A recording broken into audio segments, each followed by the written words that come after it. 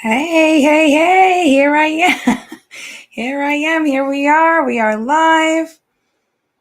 I think we are live from in multiple locations for the first time this week, and that is super exciting. I am multi-streaming from multiple pages, actually one page, two Facebook groups, and also from YouTube. So welcome. Hello, hello.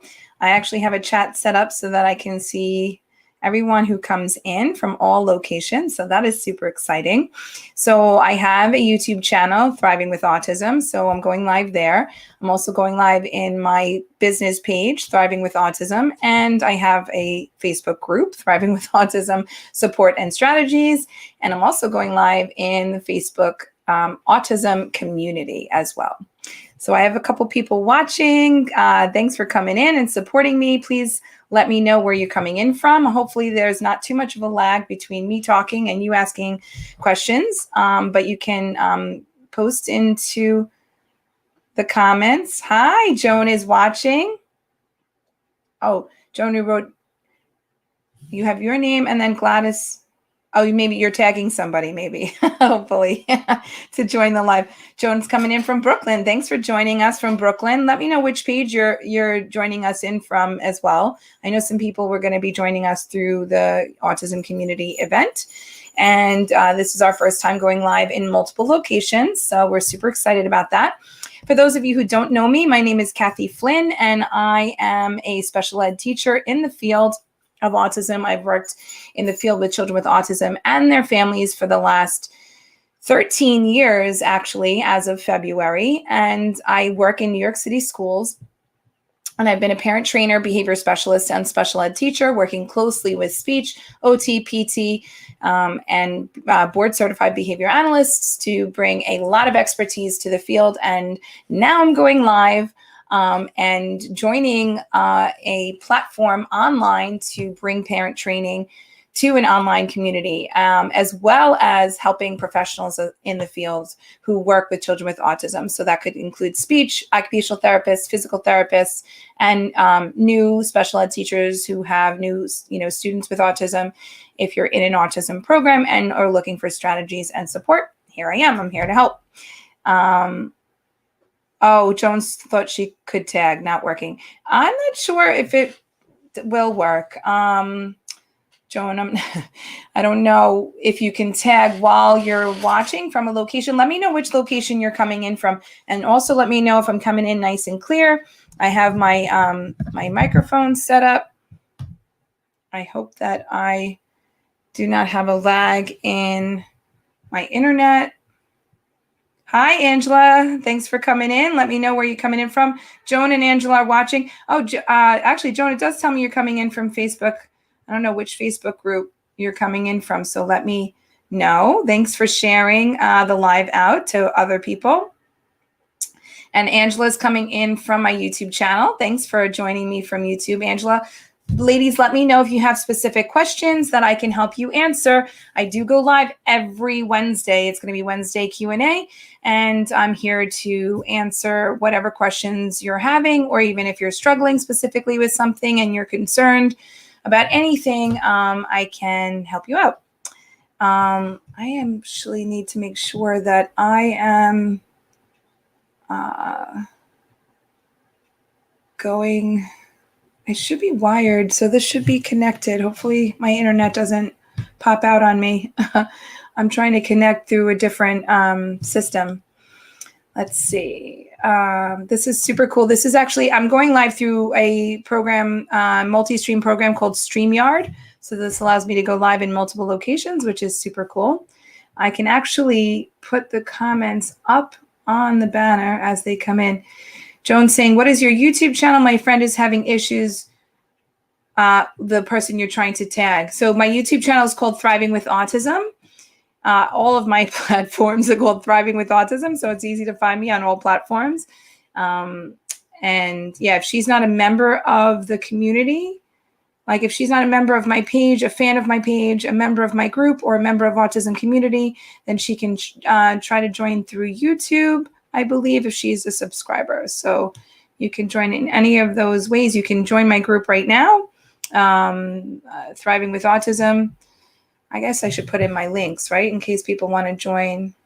Right in front of me. That's okay. Let's see. I know it does say right. Yeah. Well, that's okay. Sometimes it could be a different name, right? Oh, awesome, Joan. Thanks. Let me know if you have a specific question that I can answer. In the meantime, I want to talk a little bit about autism awareness, because tomorrow starts Autism Awareness Month.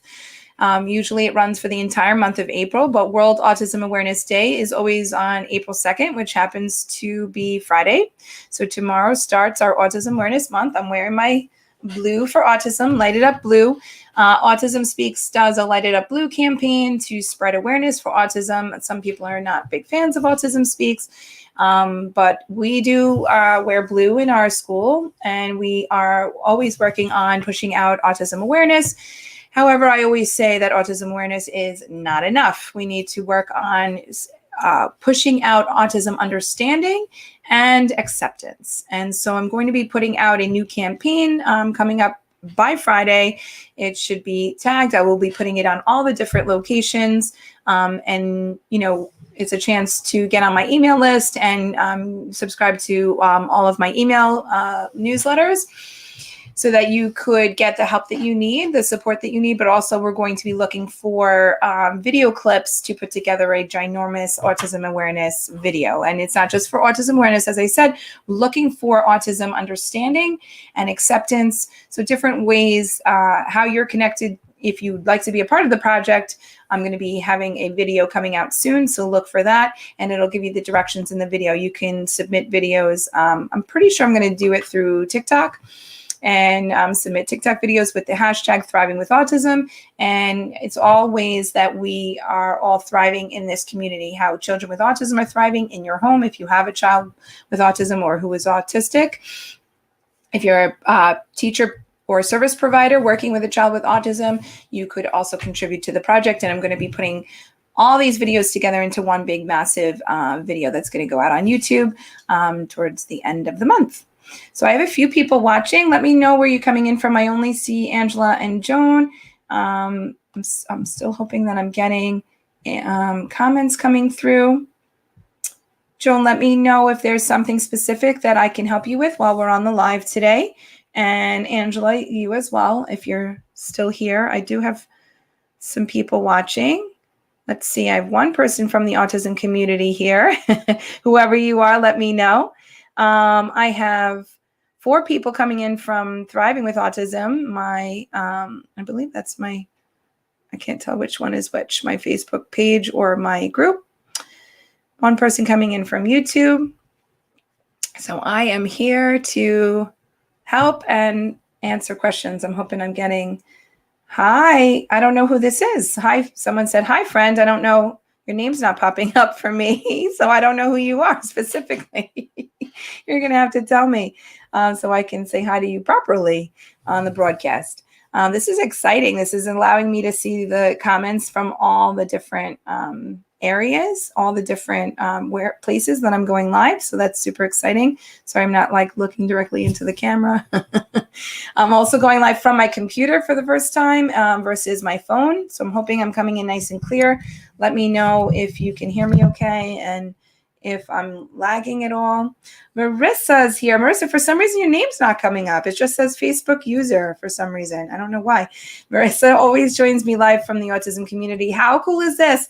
Marissa, I am going live from multiple locations for the first time this week, so I'm excited. That's pretty exciting, and all the chat is coming up. Let me see if I can. This is coming in from all the different locations. Let me see if I can.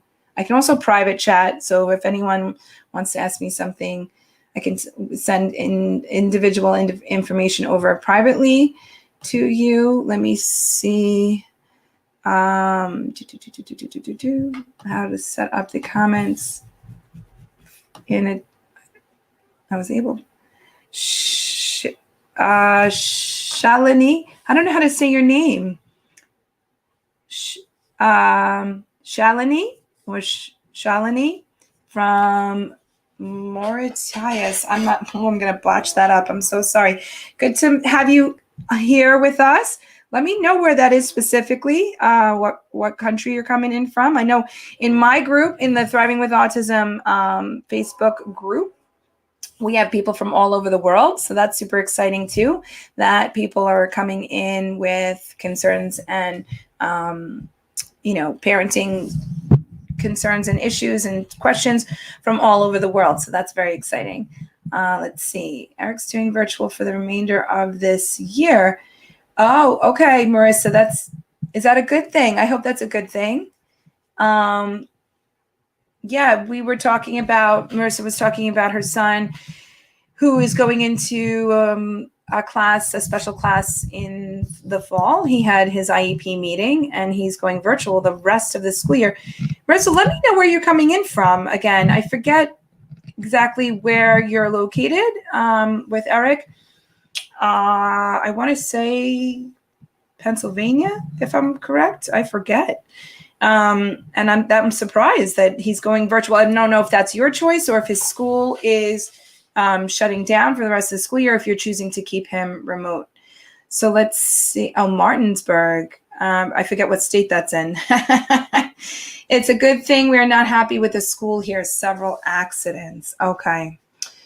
Several accidents, you mean toileting accidents? Or I know you were saying you were struggling with toileting. Did you get a chance to look into my course? I'm not even sure if you're a member of my course right now.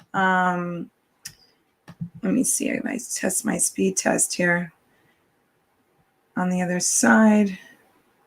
I'm doing very well on my speed test. Okay.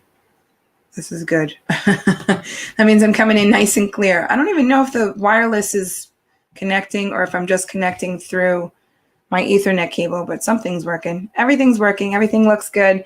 I can also play around with my lighting. Let me know. Oh, no, way too orange. That's a cold lighting or white light. I'm going to stay with cool, I think. Okay, so Shiny is... Your name's coming up as Shiny Angel, but you say Shalini. Shalini? I hope I'm saying your name right. Is coming in from an area by the Indian Ocean.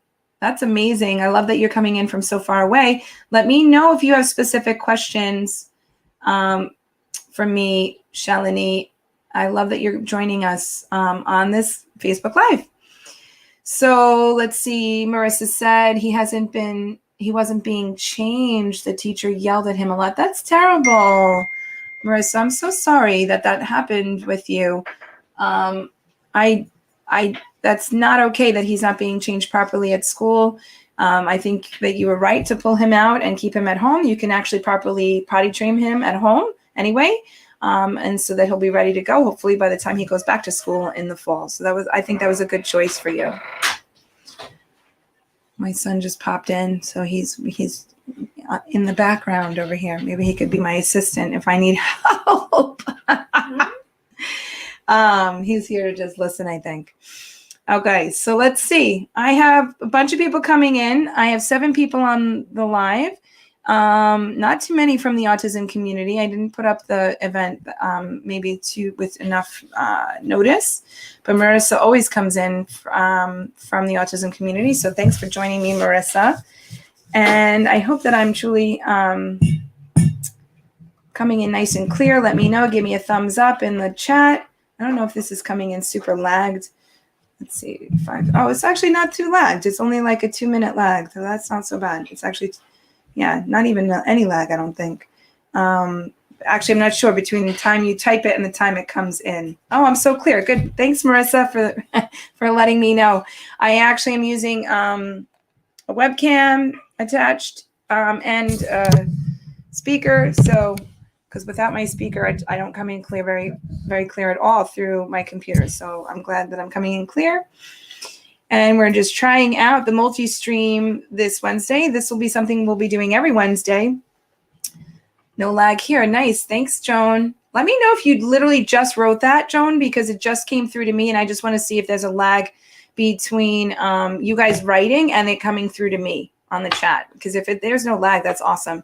I know when I'm actually on my phone, there's like a gap. There's almost a couple minute gap between me talking and asking a question, and then the comment finally coming up. Marissa, look how fancy I got. Yeah, I have to try to maximize my time. Oh, Joan's saying only 30 seconds. Perfect. That's awesome. That's actually not too much of a lag at all. So that's really, really good. That's really nice to hear. And thank you for commenting, ladies, and letting me know how you're sounding and how the comments are coming through, because that's important to the whole setup. So yeah, Marissa, I definitely needed a fancier setup because I was going live directly in the autism community, and I wanted to maximize the time that I go live. So I said, you know what, I need to start multi-streaming and go live in multiple locations so that I can go live once a week and do a Wednesday Q&A for multiple spots. So this is why I'm here, and this is our first one. So hopefully it'll get bigger and bigger each week, and I'll have questions to answer ahead of time. Actually, I'm going to go check out. I'm going to wait for you guys to put in some questions coming through. That's so weird. So the Facebook users coming in from the autism community or from some other spots, some of your names are not coming up for some reason. So I'm wondering why that is. But Jennifer just wrote in, thanks, Jennifer, for joining me on the live. Jennifer just wrote in from the Northwest Chicago suburbs. My son is 9 years old, diagnosed at 3 with ASD. Watching him right now doing hippotherapy with horses. Wow, he's doing really well with it. Lots of years of therapy really has done wonders for him. Would love to help more families find their path. That is amazing. So to explain a little bit more about what hippotherapy is, with the horses. I've heard of all different kinds of animal therapies, but I'm not that familiar because as I am a teacher in a school, we don't have a lot of, animal therapies going on. We do actually have one school that has a dog that comes in as a therapy dog. So that's pretty awesome and is allowed to come into the school. We have permission for that, and he's amazing. Actually, there's 2 different dogs in two different schools. Someone else is saying that they can't see the comments. I'm wondering why the comments are not coming through on the different broadcasts for you guys. That's can't post comments to some destinations. Let me see. So these 2 Facebook groups are not posting comments. Let me see why. Let me see. Facebook user. Ask your viewers to visit StreamYard.com/Facebook.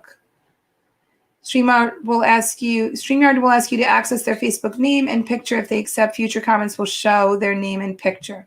Oh, okay. So let me copy this. Facebook doesn't always allow posting comments to groups. All right. So you guys need, if you want your name and picture there, and you could try it this way. I'm going to put it here in the comments, StreamYard.com/Facebook. And that will allow the ones that are coming in from the 2 different Facebook groups to coming in through, let's see.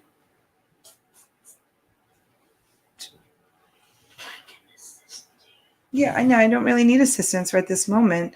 Facebook profiles. Some profiles also you need to follow steps so that your streams are public. Okay, I'm not sure. Okay, so let's see.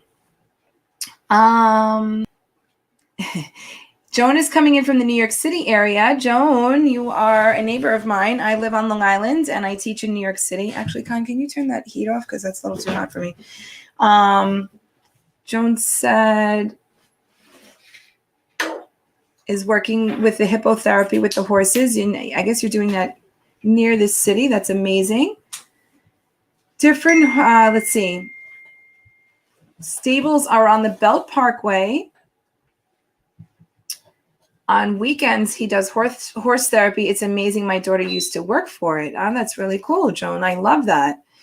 I actually work right in Corona, Queens. So I'm a part of the New York City Department of Education, and I'm in the Riverview School as a part of our District 75 cohort. We have about 11 sites under the Riverview School. So Corona, Queens is one of our sites. So let me know where you are in the city, which borough you're coming in from, and if your boy is a part of a District 75 school. He's 9 years old. That's amazing. I'm curious as to what school he's in. You're from Long Island also. So maybe you're not in, maybe he's not in school in the city. Okay, let's see. Let me know what program he's a part of. So let's see. He spends 30 minutes on the horse and 30 minutes with a speech therapist afterwards. Joan, you're actually coming in through two different spots. That's so wild. Your name's coming up in one spot, and then you're coming up as Facebook user in another spot. I'm pretty sure this is still you talking about the horses, right? He spent 30 minutes on the horse and 30 minutes with a speech therapist afterwards. Different horses can give the kids different kinds of input that helps them for hours or days after, from what I've been told. We are still new at this type of therapy. That sounds amazing. That's like kind of like where he's getting input from the horse itself. So if the horse is slowly like trotting, then he can get a lot of that sensory input from riding, sitting on top of the horse in the saddle. And that's amazing. Lots of different sensory input coming in from actually being on top of the horse and the horse actually walking around. Even if it's just a simple walk, you're still getting a lot of that like rocking input, which is something amazing for kids that are seeking out sensory input. So I would definitely think that working with the horses would give your child really great sensory input if you have a child with sensory processing issues. I've talked about this a couple times on the autism, here on the live, and talking about different people who, need sensory input in different ways. So children with autism can be sensory seekers, and they can also be sensory avoiders. We can talk a little bit more about that, but I just want to make sure I'm getting all of the different comments coming through. Let's see. My almost 3-year-old son, this is Angela. Hi, Angela, coming in from YouTube. Thank you for joining me on the live. I'm going live for the first time through my YouTube channel. Angela, let me know if you're already actually a subscriber of mine, or if you actually just found me going live on YouTube. That would be amazing if you did. And I don't know if you have to actually be a subscriber to join the live, or if you just saw me going live and you decided to join me. That's awesome. You could also subscribe to my channel. I actually had a little bit of a break in posting to the channel, but I will be posting again soon. Some new videos coming through. My almost 3-year-old son is recently having issues with loud noises and is preventing us from doing some of the things he loves. He doesn't like the earmuffs and will remove them immediately. Okay, I was going to suggest ear defenders, we call them, or headphones, to help block out loud noises. What if you tried, Angela, like little earbuds, that are not big and puffy around his ears, but you're kind of distracting me, buddy.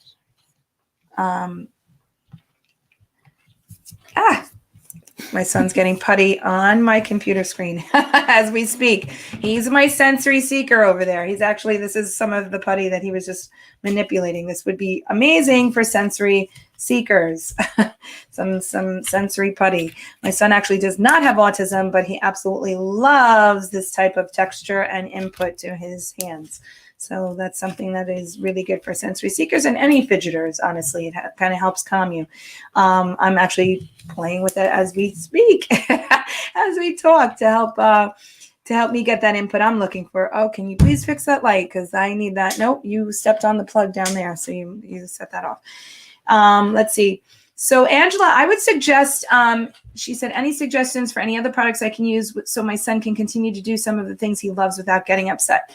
I would, he's going to have to he sounds like a sensory avoider, especially with noise. Okay, this is super, super common to have children in the community who are sensory avoiders. There's just way too much going on around them. In fact, there's a really great YouTube video out there that,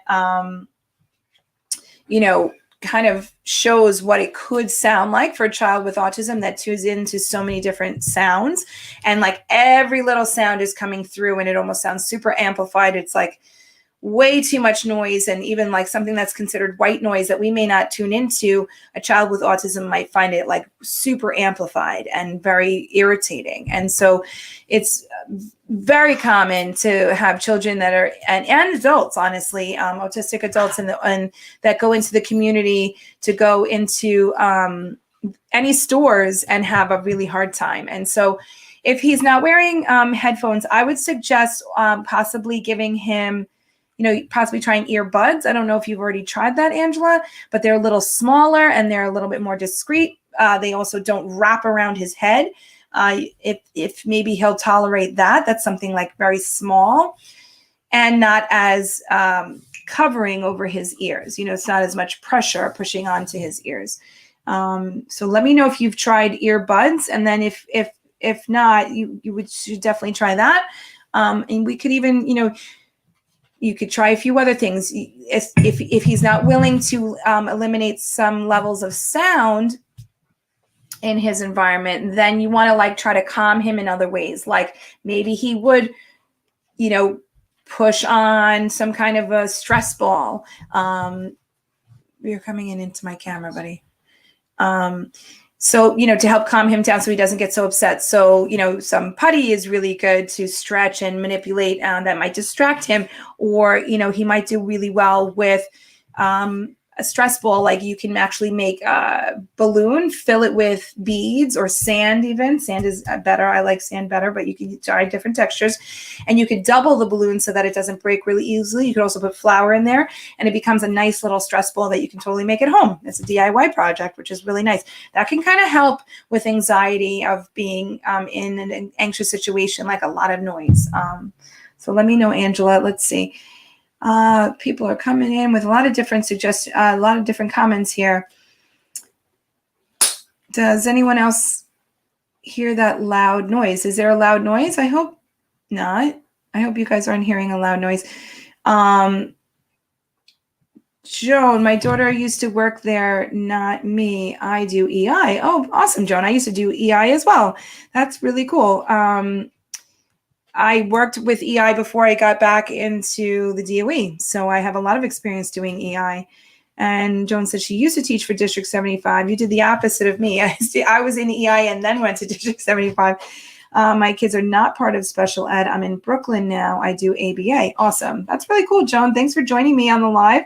And you're a fellow ABA therapist. So I do verbal behavior in my school, and a lot of the strategies that I speak of come from a verbal behavior approach, but it's scientifically proven. I just want to put it out there right now that those who are like iffy and against any level of ABA, I'm not necessarily supposed to talk about ABA too much from the autism community because there are people who are against ABA, but I just want to put it out there that ABA has come a long way. The methodologies have changed tremendously since ABA first started with Lovas and other scientists. And in our program, in my school, where I've gotten all of my expertise, we allow our children to stim. If they're stimming, we do not stop them unless, we're looking for quiet hands to work on a specific skill. And then after they're working for a few minutes, they're allowed to stim. They're allowed to have a break. So that is a huge part of our program. Children need to be able to have that stimming behavior because it is something that helps calm them and regulate them. And so we do not deny stimming at all. And we do not force compliance. We have to make sure your children are motivated to comply to the directions that we're working on.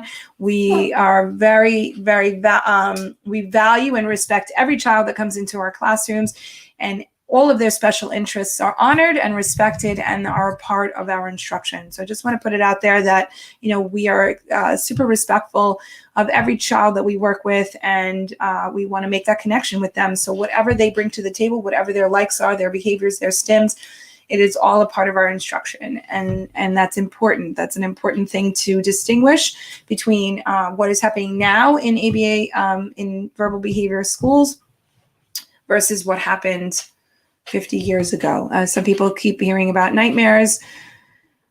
and calling ABA horrible therapy. It used to be very bad. Now it's come a long way. So I just want to put that out there, that it has changed tremendously. So Angela said, one example is he loves when his dad uses the leaf blower. He loves when his dad uses the leaf blower, but the sound is now upsetting him. So we shut it off and he gets upset that we shut it off. Oh, that's kind of odd, Angela. That's a little bit very odd that he's looking for the sound, but then the sound is too loud for him. So he probably wants to see the blowing of the leaves, but he doesn't want to hear the sound. That's what I'm gathering from that comment, because the sound is very loud. Leaf blowers are super, super loud. So yeah, he's probably looking for the, the cool effect of the leaves being blown up, but he doesn't want to hear how loud the machine is. That's pretty common. Angela said she's a subscriber, but I don't know why. I am a subscriber. I don't know why it's coming in through YouTube. I am coming in through the community. Oh, that's wild, Angela. I don't know either. So it's so funny the way StreamYard is showing the different people coming in from the different spots. And you're coming up with a YouTube. Maybe that's why you're coming up with the YouTube symbol, because you are a subscriber. But you are coming in through the autism community. That's interesting. Let's see. Marissa said she's seen that video. It's amazing how the difference is. Yeah, it's actually pretty eye-opening. I don't know if that's, super accurate for every child, obviously. Every child processes sounds in different ways. Some children are super sensitive and others aren't. So it depends on your kiddo, and you have to start kind of tuning into the different behaviors so you can see what your child is aversive to, as well as what your child seeks out. So there's all different kinds of sensory input, and we obviously get input from all of our senses, right? So some children could be very aversive to certain textures in their mouth, and that's like an oral or taste aversion, right? Maybe they only eat certain foods because they are texture sensitive in their mouth, or they're looking for input to their mouths. That's my kiddo over here. He loves to chew on things, and so he chews on gum. He's now going to be 12 in another month, and he needs to chew. It's something that helps him focus. So we give him gum all the time, because otherwise he's chewing on all kinds of things that are not food. And so that's something that he has not outgrown. So we give him the ability to have gum, and that's okay. That's something that helps him focus. So, we've made that accommodation for him at school. And it's important that, we're tuned into these different needs that our kiddos have, so that we can make accommodations for them and work through their programs, their teachers, their classes, wherever they are. We can help give them those accommodations that they're looking for, that helps them feel more regulated. Let's see. Angela said, I really don't think he would. He doesn't like things touching him. Okay. So Angela, I would say if he's definitely aversive to putting things in his ears, you can actually desensitize him to earbuds. They are less aversive than earphones, because headphones kind of suction against their ears. It's also something to wear over their heads. Some kids can't stand hats or anything on their heads. And so this is a less aversive option that might really help him deal with all the noise in his community. So the way we desensitize a child that can't stand certain levels of touch, let's say he doesn't like to be touched, right? But you might want to hold his hand in the community so that he doesn't run away. You need to desensitize him to be able to hold your hand so that he's safe, right? There's different things that are important that will help him manage that. He has to get used to that touch, right? He has to get used to you, holding your hand, or he has to get used to someone physically prompting him so he can learn a skill. Let me know, Angela, how old your son? You said he's 3, right? He's turning 3, or he's already 3. He's almost 3. Yeah. So he's a little guy. So he needs to, now start to learn how to manage his world. And, he may not outgrow being aversive to loud sounds. So we might want to just start desensitizing him, where let's say you put in the earbuds for just a few seconds at a time, and you slowly build up the amount of seconds that he's wearing them while he's distracted with something else that he loves.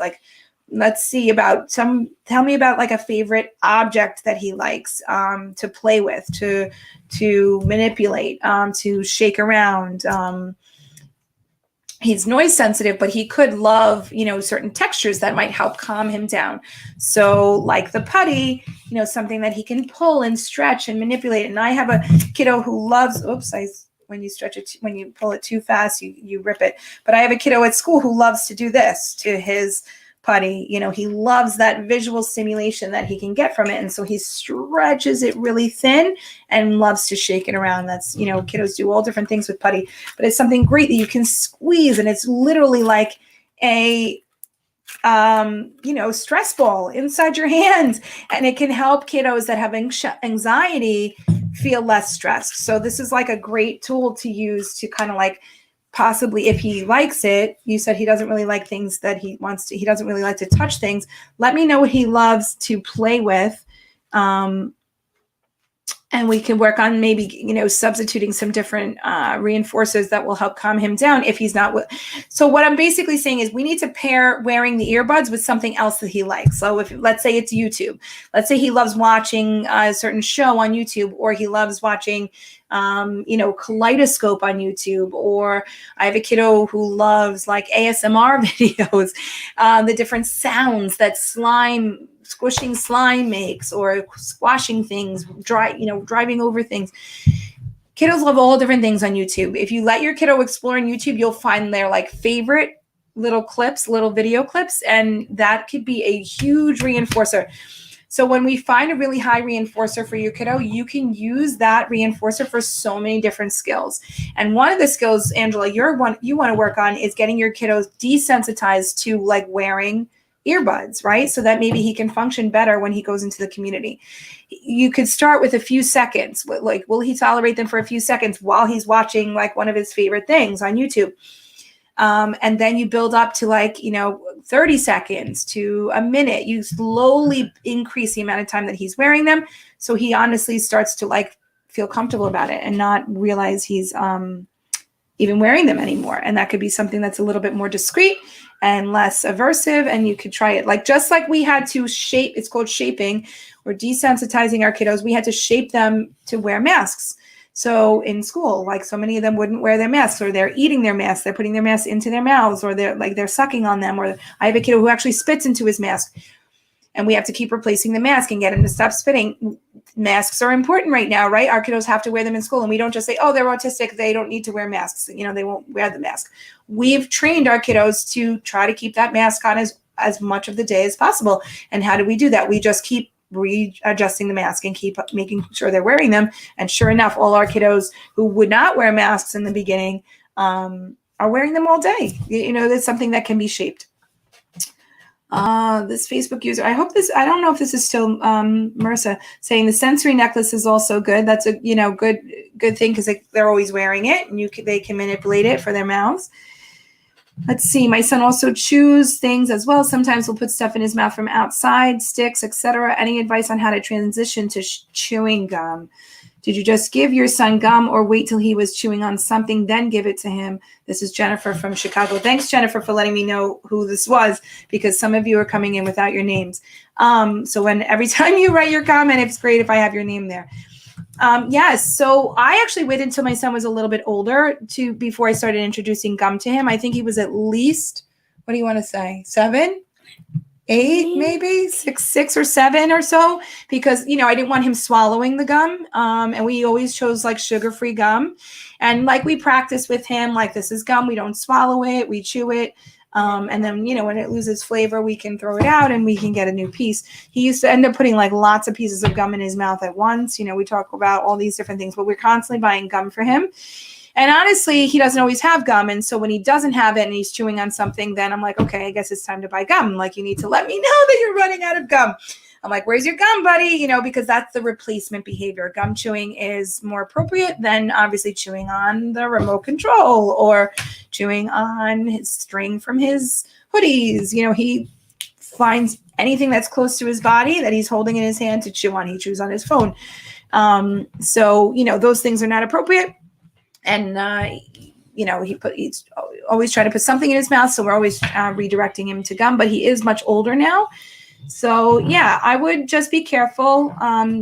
Jennifer, I'm not sure, like you said, how old your kiddo was. Let me go back.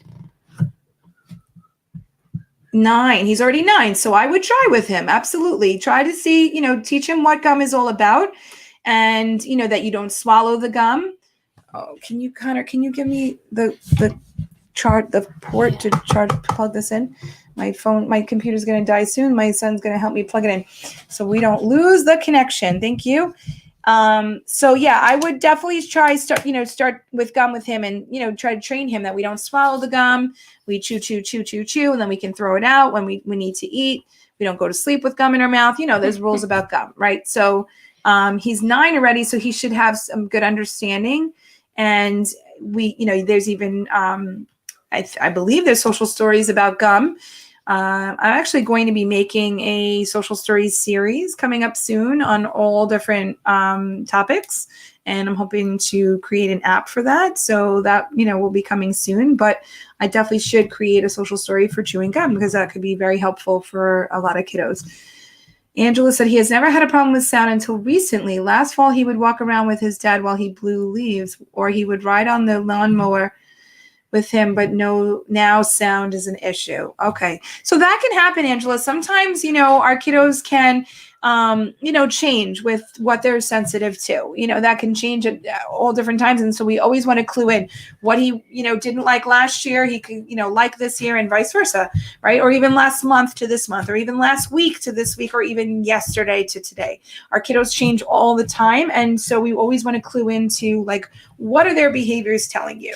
So right now, his behaviors are telling you that he's sensitive to noise. And that's an important clue that you're tuning into. And so it could be one thing that really upset him, something super loud in the environment that just made him super anxious. And now he's associating, like, all loud sounds with that really horrible sound that he heard, and you might not even have been with him when that happened, or you may not pinpoint, like, what that specific sound was, but that could have been the one thing that kind of just set him off. So, we have to now be kind of clued into, like, how to help him manage when he goes to the store with you and when he goes to the park, because he's going to hear, all kinds of sounds. You said he loves his pacifier. He holds it and chews on it. Okay. So is he chewing? He's chewing on the pacifier. I probably wouldn't let him chew on it, because he's just going to put holes in it. But if he's sucking on it, that's one thing. I would look into some sensory necklaces, as someone else wrote. Sensory necklaces are really good for kids who are orally fixed. So Angela, you're saying he's sensitive to noise, but he's looking for input to his mouth because he loves his pacifier. So my kid was this kiddo right here, who's my gum chewer, hated pacifiers actually, and spit them out when he was a baby, and found his thumb. So his thumb was the big thing, and he kind of didn't get rid of his thumb for a really long time. When we said, it's time to start chewing on your thumb or sucking your thumb, that's when he started chewing on all of his shirts. That's when we had soaked shirts and little holes in the shirts, and we had to come up with some chew necklaces and chews for the end of his pencils. And now we have transitioned to gum. So, sometimes it takes it's a progressive, and it's a process, but you can definitely give him some sensory chews. I actually recommended, I'm going to find, he's not taking to them. Oh, okay. So she just wrote, Angela just wrote, I have some of those necklaces and he's not taking to them. You can keep trying. Maybe, you can try different ones. Sometimes kiddos hate certain ones, but love others. You could even put his pacifier on a necklace and get things that are similar to the pacifier, so that, it becomes a little bit more appropriate. But he's still small, so it's okay that he's chewing on he will not use a chewy tube. Okay, that's okay. So you know what, just so that the pacifier doesn't kind of keep getting lost and kind of keep getting gross by dropping on the floor, I would even suggest putting the pacifier around a lanyard and putting that on, so he gets used to kind of wearing something. And slowly, maybe you could start to add something to the lanyard with the pacifier, and then maybe even eventually replace the pacifier with something else. So look for different chew toys that are similar to the pacifier, so that you're kind of replacing that behavior with something a little bit similar, so that as he grows, he kind of can get rid of the pacifier. But that's something that could help calm him while he's in the community, hopefully, when he gets upset with some loud noises. So Jennifer wrote, great, thank you. We will try with the gum. He does fantastic with social stories, so maybe I will make one about how to use gum. Perfect. That's awesome. He also likes videos, so I could make one for him. The app sounds great. In the making. Thanks, Jennifer. I made a personalized social story for the dentist, and it was a game changer. That's so awesome, Jennifer. Thanks for that comment. Yeah, social stories are amazing, especially for our older kiddos. And honestly, they still work really well for the younger kiddos as well. I'm actually looking into creating not just social stories that can be read to a child, but actually with a little cartoon that talks through the social story, so it almost becomes like an animation. So that could be a lot in the making. Hopefully it's not a huge project. Right now I'm working on all kinds of courses, online courses for different different things. Right now I have a potty training course out for those of you who are looking for potty training assistance. That is currently on the market. It's only $27, and it allows you to be a part of a potty training Facebook group, private Facebook group, all things potty training. I go live in that group on Thursdays, tomorrow. And I also have a course on communication. And that's all for any level of communication, but really it's more geared for our nonverbal and partially verbal children who need that, you want to build up the language if they're a vocal learner, or if you don't know what program to put them on. I teach you sign, picture exchange communication, and AAC devices. And I go through all of the steps of using reinforcement and getting your child to sit at the table and follow simple directions and be happy with learning at the table so that we can get to the level of requesting and all of those wonderful extra steps. So I'm actually going to be looking to relaunch that course soon, and I'm looking for founding members. So if anyone's interested in that, that information will be coming through soon in all the different locations for my groups and my page and on YouTube as well. Let's see. I have not had I haven't had some other new comments coming through. I've been on for 45 minutes already, so I am going to be signing off in just a couple of minutes. Thank you for those of you who jumped on and made it an interesting live today. I love that we went live in multiple locations. I'm sorry that some of you aren't seeing all the comments. I'm now, after we finish the broadcast, I'm going to go in and check on the comments that came through in the different spots and make sure that I didn't miss any. Somebody said that they couldn't see the comments from their location, so I'm wondering how that's going to work and how I can possibly fix that for next time. So let's see. This Facebook user, I'm not sure if this is Marissa or if this is someone else. How would you help with bathing with kids with autism? So you're looking for help because I'm assuming your child does not like the bathing. Let me know who this is asking me this question and a little bit more about your child, how old he or she is, and if he or she is aversive to the bathing, which is what it sounds like because you're looking for help. Sometimes our kiddos love the bath so much that they don't want to get out of the bath. But yeah, that's also something that it is Marissa. Hi, Marissa. Marissa again. So your little guy is turning 5. He turned 5, right? At the end of this month. And he's going into kindergarten. And he's having trouble with bathing. He doesn't like his hair washed or his teeth brushed. Okay, so that is super common, Marissa. Again, social stories can really help with that, and watching little videos of, he's 5 now. Yep, because he just had a birthday, right, Marissa? I remember that you said his birthday was coming up at the end of March, and it is the last day of March. But yeah, so it's raining. You guys are probably going to start hearing the rain coming down. So hair washing can be tricky. You can try different ways to kind of make it really quick, for him to get his hair washed. Can you fix that light, please, buddy? You just pushed it on the plug again. Thank you. You could try to make the hair washing really quick while you're singing to him to kind of distract him.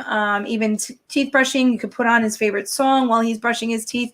You might want to try a vibrating toothbrush. That might be more soothing for him. He might not like it, but you could always try it. You could try, getting the toothbrush in his favorite color, getting him distracted with fun things in the mirror, in the bathroom.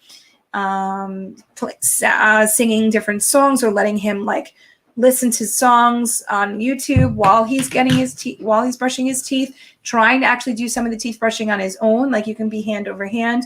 Those are some strategies for kiddos who don't like these things that need to happen, like washing our hand, going to the bathroom, washing our hands, going through all of the hygiene skills are tricky. They're very tricky, but with consistency, with fading prompts, with pairing teeth brushing or hair washing, or even the bath itself with happy music, his favorite songs, can really help desensitize him. Anything in the bath that might help him, bubbles or playing with ducks or different bath toys, making it really fun for him in the bath can help, the bath go quicker. He can squeeze the duck while his hair is being washed. You could wash really, really quick while he's listening to a song. Things like that can help him get through those steps. Eventually, he'll get used to it. He should get used to it, especially if you kind of pair those skills with, some kind of favorite music or a favorite toy that he can hold that can help, desensitize him and help with the anxiety of those skills.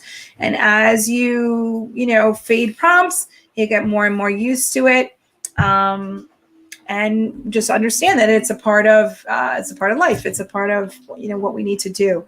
So yeah, he's 5 now, and that's something that he needs to start working on, so that it's not just you doing it to him, it's maybe him doing it himself as much as he can.